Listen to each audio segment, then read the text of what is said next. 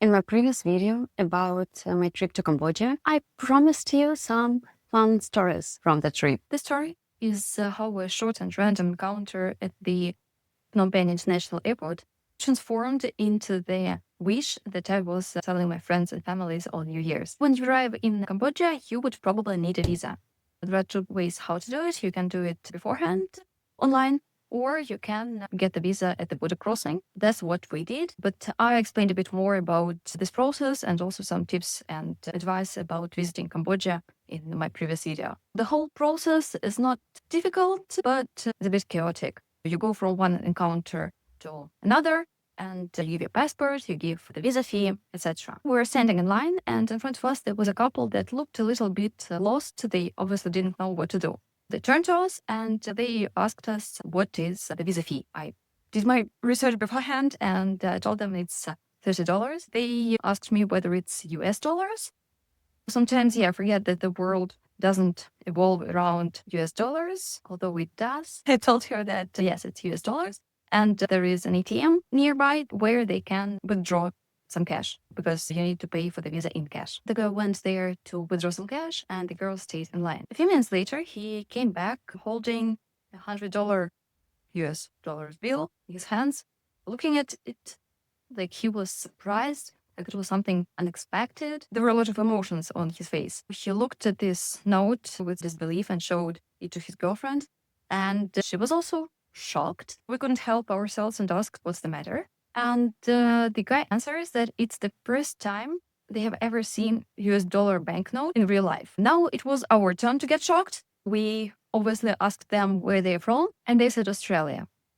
The places where I'm from, I can't say that everyone has ever seen a $100 banknote in real life, but definitely everyone knows what it is, and surprise is probably not the emotion they would feel holding a $100 bill.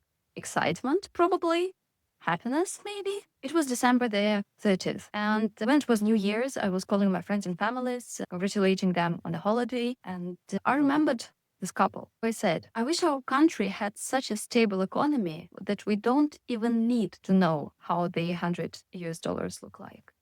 And I think many of you can relate. Another story happened in the middle of our journey, and it happened in Siem Reap, one of the most touristic places in Cambodia. Let me paint the picture. It was late in the evening.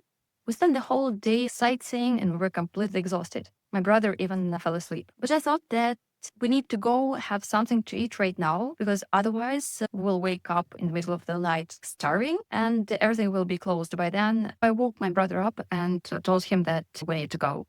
We headed onto the streets. We didn't Google anything because we were too tired for that. So we wandered the streets and eventually we found a really cozy place and only locals were sitting there and eating.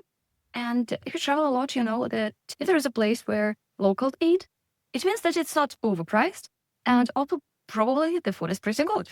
So we walked in. The hostess greeted us, gave us the menu, and explained by her gestures that there is only one meal available. Side note, in Asian countries, Vietnam, Thailand, Cambodia, they have the concept like the barbecue table. What it means is that you sit around the table and in the middle there is the grill, sometimes the gas, sometimes charcoal, and you order raw meat, raw seafood, and then you cook it over this grill by your hand. I really like this experience. It's not just food, but also experience. And also you can cook everything to your tasting, and that's precious. This Cambodian hostess, she showed us something on the menu, and it looks like this barbecue table thing.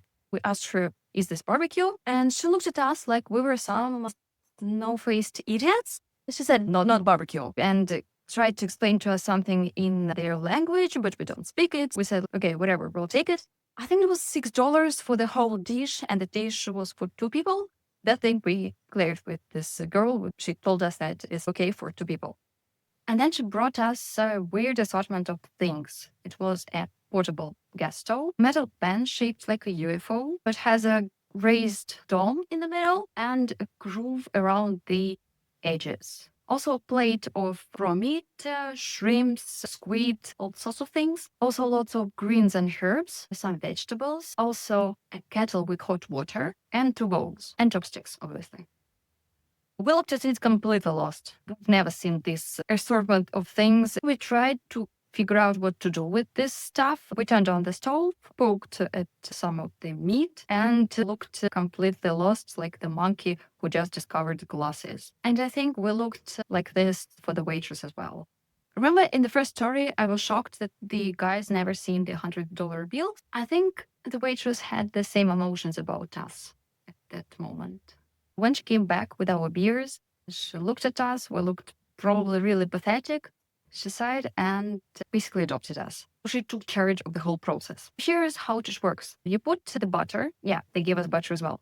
You put the butter on the dome and also put there like shrimp, meat, all the protein that you have. And then you pour hot water in this outer ring and put the green stuff there. While everything is cooking, juice from the meat runs down into this water, and eventually you have a very tasteful and delicious soup. And you end up with two dishes at once. You have the grilled meat and also the really great soup. And when we figured out how this whole system worked, we basically had to name it barbecue soup.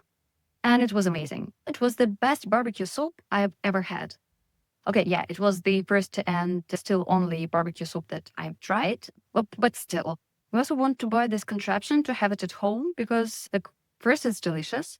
Also, it's a lot of fun, and you share this experience with friends. And I think it's a great theme for a party or something to just gather around it and enjoy. And as far as I know, it's not actually Khmer thing, not Cambodian thing. I've Googled that this thing is also in Thailand, but I've never seen it there. Although I've been to Thailand, but somehow missed it. Maybe once again, I'm a white-faced idiot who knows nothing about this world. Yeah, that's also possible. Have you ever seen this device? I'm really curious because it's genius. The next story is the one that I actually promised you in my previous video. The story about how Angkor Wat actually was lost. This astonishing, beautiful temple complex disappeared for several centuries. If you don't mind, I will take only 30 seconds, 1 minute, to give you a short history reference, which is funny enough a reference in itself, if you know what I mean. Angkor Wat was built in the 12th century. It's not that old as I thought. It was dedicated to Hindu god Vishnu. Angkor Wat is the name of the beautiful big temple within the whole complex called Angkor. And that whole area is massive. It used to be the size of the modern New York. Imagine that, 20th century New York made of stone. It was a powerful and really important place for the culture, for the king, for religion. And then over time, it declined. People left, the jungle took over, and the whole place simply vanished through the Earth's map. Fast forward to the 19th century. The French botanist, Henry, okay, pronunciation is not something I do today, probably. He was exploring the jungles around this region. And he was not an archaeologist. Once again, he studied butterflies, insects. And one day, while wandering around the jungle, he stumbled upon something that was definitely not jungle at all. Massive stone walls, carvings, and towers covered in vines. Imagine walking through a dense forest and finding a castle from another world or the Disney castle. That's astonishing. And that's exactly what happened to him. He rushed to the nearby village and asked the locals, guys, do you know what that is? And they answered something along the lines yeah, there are some ruins in the jungle. They basically didn't care.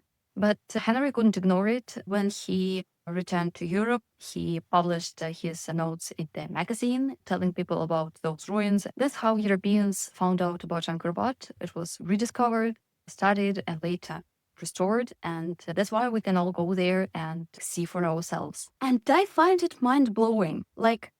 Imagine losing New York with all skyscrapers, buildings, streets, and everything, and then eventually rediscovering it in the forest. And that's what happened to Angkor.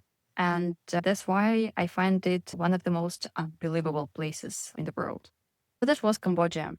3 different stories, 3 different adventures that sometimes make me smile, sometimes make me think. Have you ever had something like this barbecue soup experience when you are completely puzzled and don't know what's happening, but then it turns out completely amazing? I have more stories like this about Armenia, Georgia, Vietnam, and also recall this story from Uzbekistan, the place that I never thought I would enjoy so much.